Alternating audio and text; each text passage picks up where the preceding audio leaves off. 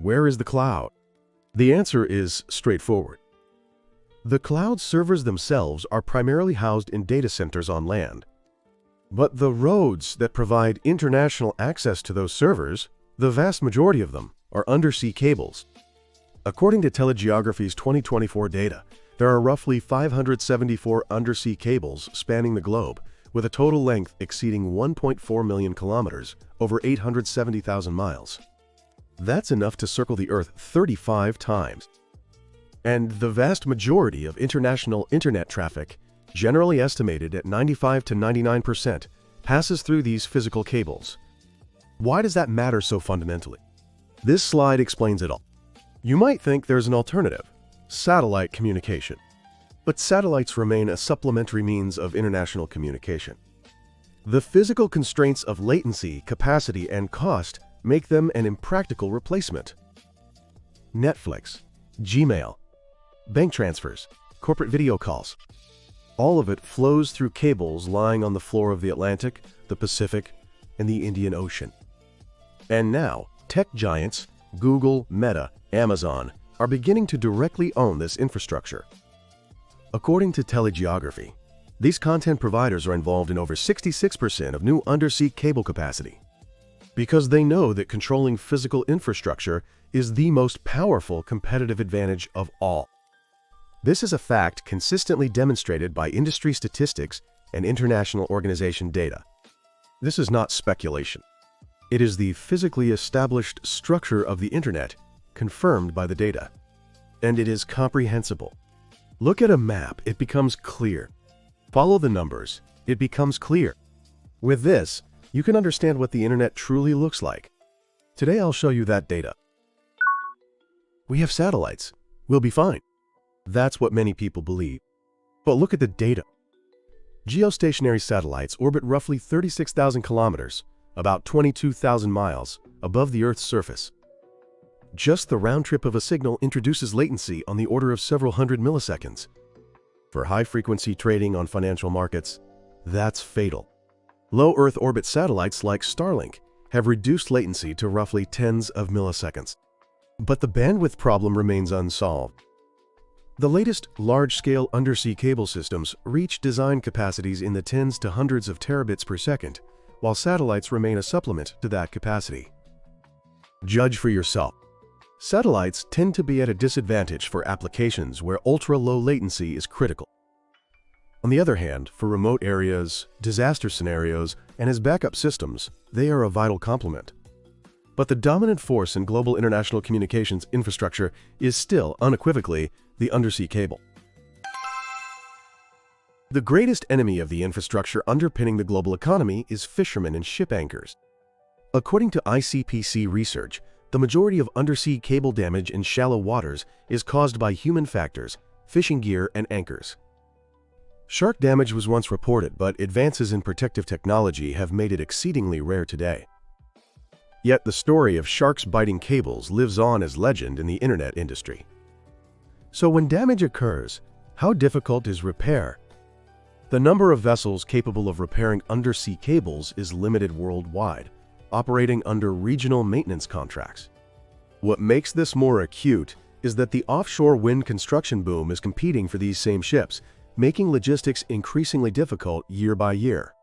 Repairs are costly, and restoration can take anywhere from days to weeks. It varies significantly depending on the sea area, depth, weather conditions, and vessel availability.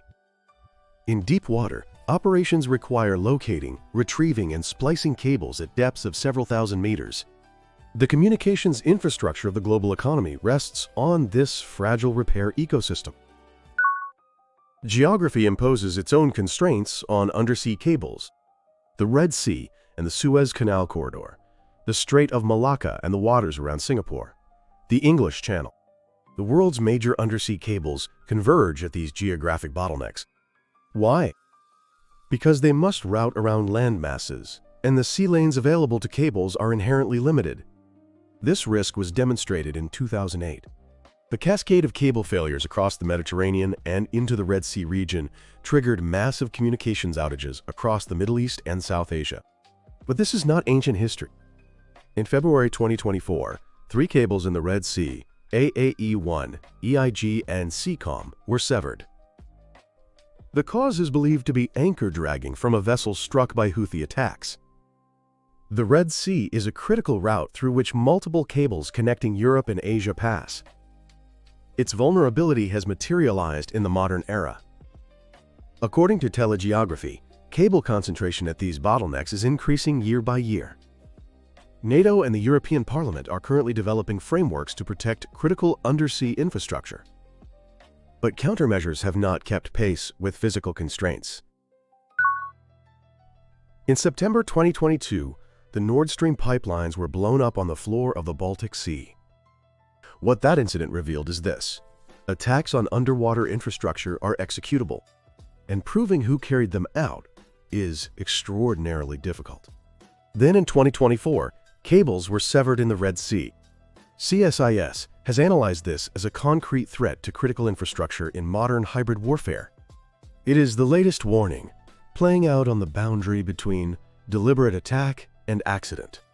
The difficulty of sabotaging undersea cables varies significantly by depth, location, and surveillance coverage, but the challenge of attribution is a constant.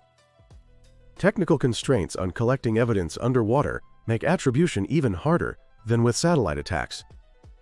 Here's the core question: can severing undersea cables become a realistic option for crippling an adversary's economy without open military conflict?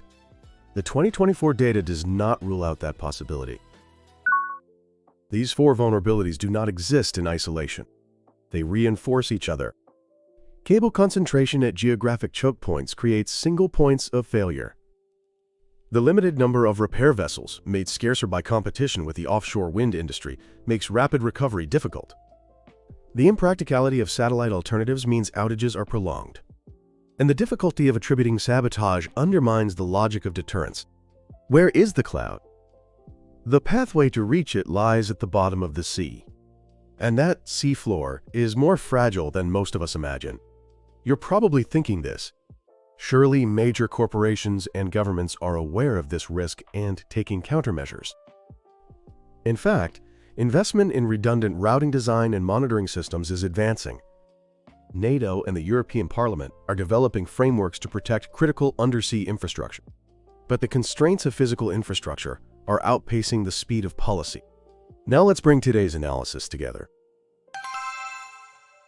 Here's what we've covered. First, the physical reality of the Internet. According to telegeography's 2024 data, there are roughly 574 undersea cables worldwide, with a total length exceeding 1.4 million kilometers, over 870,000 miles. The vast majority of international communications depends on this physical infrastructure, and satellites cannot serve as a replacement due to latency and capacity constraints. And now, tech companies like Google and Meta are beginning to own over 66% of new capacity on this infrastructure.